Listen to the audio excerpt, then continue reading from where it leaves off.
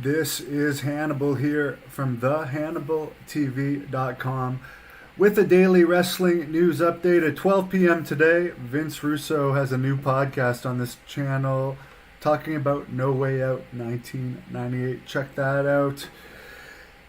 Very sorry again to hear about the passing of Terry Funk, one of the all-time greats and should be in the top 5 wrestlers on anyone's list. But let me jump into the news. According to the Pro Wrestling Torch, WWE has, quote, decided, or quote, declined to meet Edge's request, end quote, on what it would take for him to re-sign.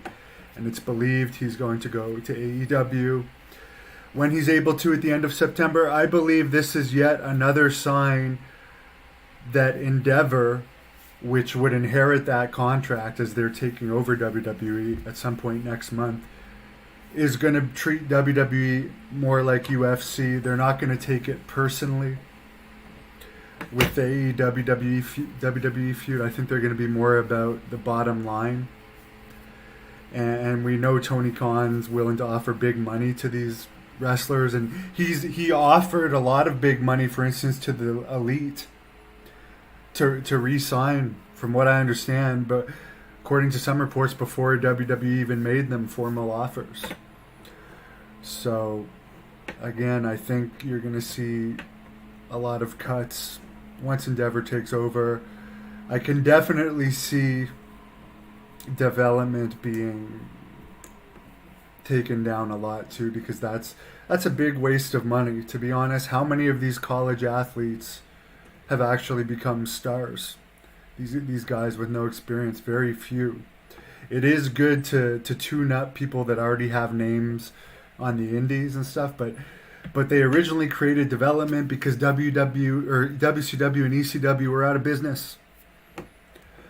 Now there's Impact, NWA, MLW, GCW, AEW, Ring of Honor, all these places that run regularly to recruit talent from. So I don't really think you need development, other than like as a tune-up school for people that are already trained. And if it's someone very, very, very special, then train them from scratch. But more oftentimes than not, those training from scratch guys don't go on to become the next Hulk Hogan. It's never happened, actually.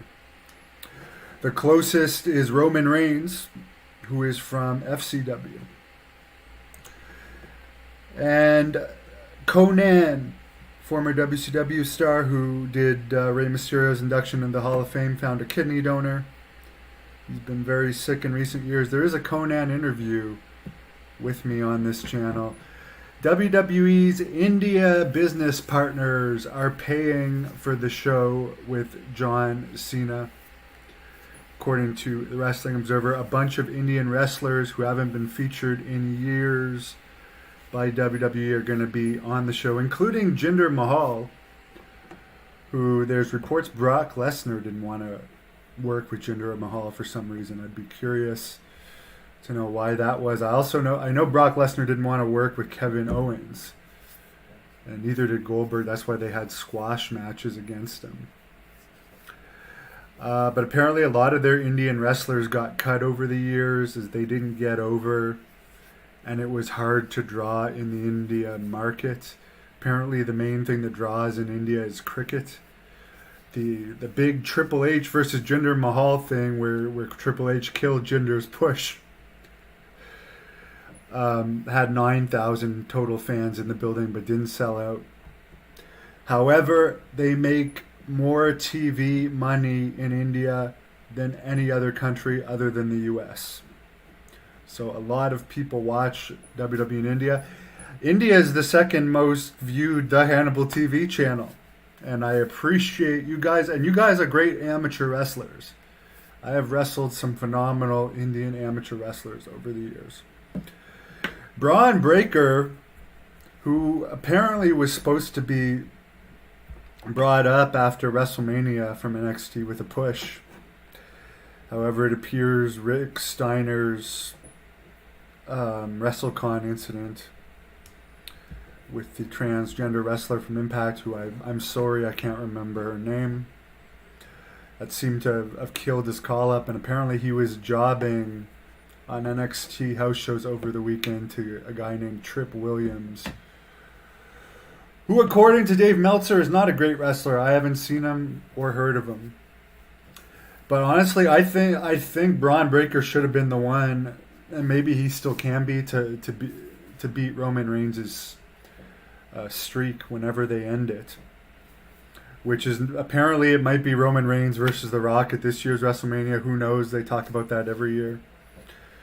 But apparently he's likely not going to drop it until after WrestleMania, until after he wrestles The Rock. Although, who knows, with Endeavor taking over, booking ideas might change.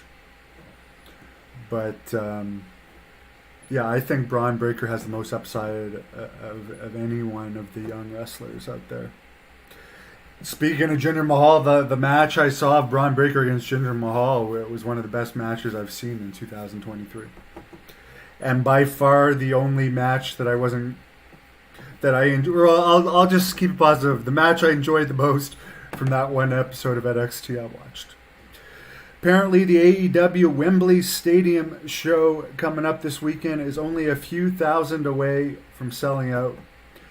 Could be the biggest legit card of all time for wrestling. Biggest legit amount of fans in the building of all time for wrestling, other than the North Korea shows. I think it's going to be set up for between 84 and 86,000. Supposedly they could actually fit 90,000 there, but the setup will be 84 to 86, which is still huge. But as I've been saying, there's some decent stuff on this show. But what a lot of us thought was going to be a show where there was going to be some names like possibly Goldberg coming in, Sting's alleged retirement when the hoopla was starting.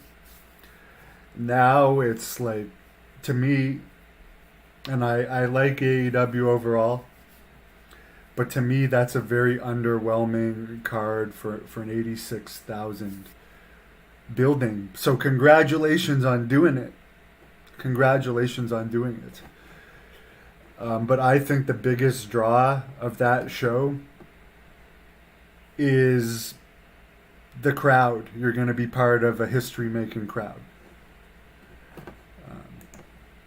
Howdy to an NBack88. Hello, Doug Masters, Portland wrestling legend. So I've been talking to Billy Jack Haynes lately. He's doing well. Thank you, Betrayed by Sin. My day's been going pretty good so far, and I wish all of you a good day. Again, Vince Russo podcast coming up at noon Eastern. No Way Out 98, sorry. And he talks about a lot of current news topics at the start of that. And yes, please give this video a thumbs up and subscribe to the Hannibal TV on YouTube. Cheers. Thank you for watching the Hannibal TV. Please like this video if you enjoyed it and click the subscribe button to not miss